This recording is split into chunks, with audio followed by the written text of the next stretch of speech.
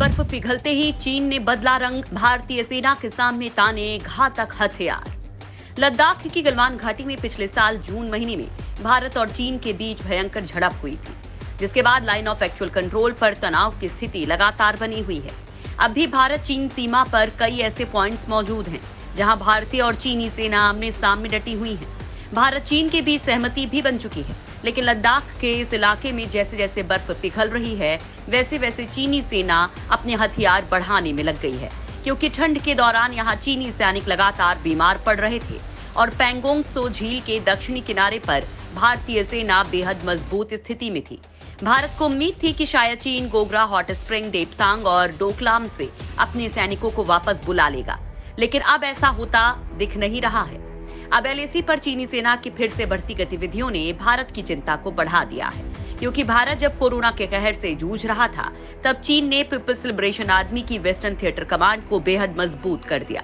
भारत से जुड़ी सीमा पर तैनात शिनजियांग मिलिट्री डिस्ट्रिक्ट को नए लड़ाकू विमान, तोप, टैंक, रॉकेट सिस्टम जैसे घातक हथियारों से लैस कर दिया। परंपरागत रूप से ताइवान के साथ तनाव की तुलना में चीन इस क्षेत्र को ज्यादा अहमियत नहीं देता था, लेकिन अब परिस्थितियां तेजी से बदल रही हैं। गलवान सैन्य संघर्ष के बाद पीपल्स लिबरेशन आर्मी ने शिनजियांग सैन्य जिले को तेजी से अपग्रेड किया है। इतना ही नहीं, चीन ने इस इलाके में सेना की कमान संभालने वाले कमांडर को भी बदल दिया है। अब चीनी सेना के सामने खूंखार मानी जाने वाली एलिट 13 ग्रुप आर्मी के कमांडर रहे लेफ्टिनेंट जनरल वांग काई को ये जिम्मेदारी सौंपी गई है। इस एलिट फोर्स को टाइगर्स इन द माउंटेन्स के नाम से भी जाना जाता है, जो पहाड़ी क्षेत्रों में लड़ाई करने में पारंगत हैं, जिसके बाद से यह अंदेशा जताया जाने लगा है कि चीन कहीं फिर से भारत के साथ धोखा करने का प्लान तो नहीं बना रहा है।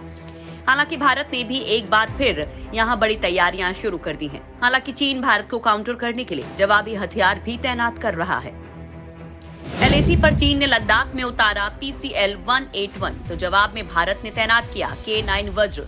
चीन ने लद्दाख एलएसी पर 155 mm कैलिबर की PCL-181 सेल्फ प्रोपेल्ड होवित्जर तैनात कर रखा है। चीनी मीडिया का दावा है कि कुछ दिनों पहले इसके भी एक उन्नत संस्करण को लद्दाख के पास तैनात किया गया है। यह होवित्जर 122 मिलीमीटर कैलिबर का बताया जा रहा है। इसके जवाब में भारत ने बेहद खतरनाक K9 वज्र जैसे कई अत्याधुनिक हथियारों को इस क्षेत्र में तैनात कर दिया है। भारतीय सेना ने 3 दिन पहले ही दक्षिण कोरिया की तकनीक पर बनी K9 वज्र सेल्फ प्रोपेल्ड होवित्जर की लद्दाख में तैनाती वाली तस्वीर जारी की है। K9 वज्र सेना के तोपखाने में शामिल पहली सेल्फ प्रोपेल्ड गन है, यानी इसे ढोने के लिए किसी दूसरे वाहन की जरूरत नहीं पड़ती।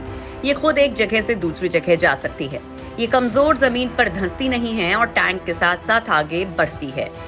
155 mm 52 कैलिबर की ये तोप 30 सेकेंड में 3 गोले दाग सकती है। इसकी रेंज 38 किलोमीटर तक है। चीन ने तैनात किया PHL-03 रॉकेट लॉन्चर। भारत ने चीन पर तान दिया सुपर पावर पिनाका। चीन ने एलएसी पर PHL-03 long range multiple rocket launcher system को तैनात किया है। चीनी मीडिया सीसीटीवी की रिपोर्ट के अनुसार नए PHL-03 मल्टीपल रॉकेट लॉन्चर की 10 यूनिट को लद्दाख के नजदीक तैनात किया गया है। इसके प्रत्येक यूनिट में 4 क्रू मेंबर शामिल हैं। इनमें 300 mm के 12 लॉन्चर ट्यूब लगे हुए हैं। इसके जवाब में भारत की तरफ से Pinaka multi barrel rocket launcher system को तैनात किया गया है। पिनाका मूल रूप से मल्टी बैरल रॉकेट सिस्टम है। इससे सिर्फ 44 सेकंड्स में 12 रॉकेट दागे जा सकते हैं। पिनाका सिस्टम की एक बैटरी में 6 लॉन्च व्हीकल होते हैं। साथ ही loader system, radar, link with network system और कमांड पोस्ट होती है। एक बैटरी के जरिए 1x1 किलोमीटर एरिया को पूरी तरह से ध्वस्त किया जा सकता है। मार्क 1 की रेंज करीब 40 किलोमीटर है, जबकि मार्क 2 से 75 किलोमीटर दूर तक निशाना साधा जा सकता है। पिनाका रॉकेट मार्क 2 वर्जन एक गाइडेड मिसाइल की तरह काम करता है। इसमें नेविगेशन, कंट्रोल और गाइडेंस सिस्टम जोड़ा गया है ताकि रेंज बढ़ जाए और सटीकता भी। मिसाइल का नेविगेशन सिस्टम सीधे Indian regional navigation satellite system से जोड़ा गया है। ताज़ा अपग्रेड्स के साथ मार्क 2 नेटवर्क केंद्रित युद्ध में अहम भूमिका निभा सकता है।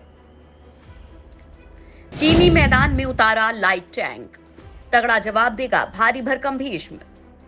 चीन ने लद्दाख में टाइप 15 लाइट टैंक को तैनात किया है। ये टैंक पठारी क्षेत्रों में तेजी से प्रतिक्रिया कर लड़ाई को घातक बना सकते हैं। शिनजियांग और तिब्बत दोनों सैन्य कमान अब इन हल्के टैंकों का संचालन कर रहे हैं। भारत ने लद्दाख में जिन T-90 टैंक्स की तैनाती की है, वे मूल रूप से रूस में बने हैं। भारत टैंकों का तीसरा सबसे बड़ा ऑपरेटर है। भारत के बेड़े में करीब 4,500 टैंक है, जिसमें T-90 और उसके वेरिएंट्स T-72 और अर्जुन शामिल हैं। भारत में इन टैंक्स को भीष्म नाम दिया गया है। इनमें 125 mm की गन लगी होती है। T-72 भारत में अजय कहा जाता है। भारत में ऐसे करीब 1700 टैंक्स हैं।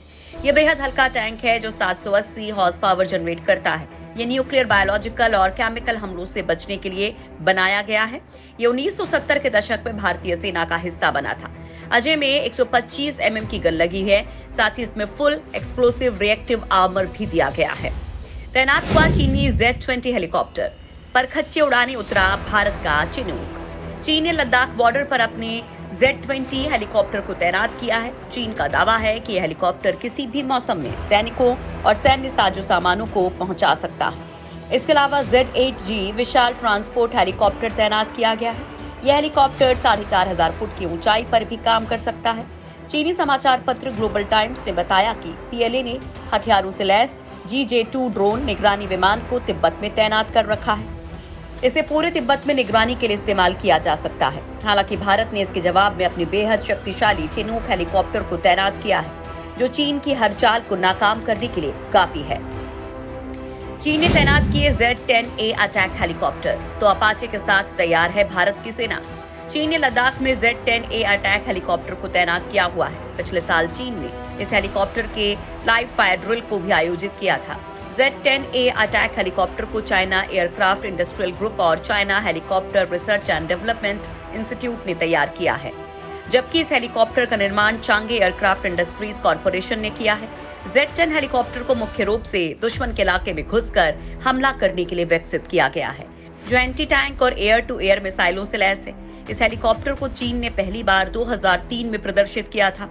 इस हेलीकॉप्टर में गनर आगे की सीट पर जबकि पायलट पीछे की सीट पर बैठा रहता है। पायलट और गनर को बचाने के लिए हेलीकॉप्टर में बुलेट प्रूफ आर्मर का भी इस्तेमाल किया गया है, जिसमें बैठा गनर 20 mm या 30 mm की ऑटो कैनन गन से दुश्मनों पर फायर कर सकता है। इसमें 8 की संख्या में ZJ-10 anti tank guided missile और 8 TY-19 air to air missile भी लगी होती हैं। इसके अलावा 4 PL-5, PL-7 और PL-9 एयर टू एयर मिसाइलें भी तैनात होती हैं। हालांकि इस हेलीकॉप्टर के मुकाबले के लिए भारत ने अपना बेहद शक्तिशाली अटैक हेलीकॉप्टर अपाचे तैनात किया हुआ है।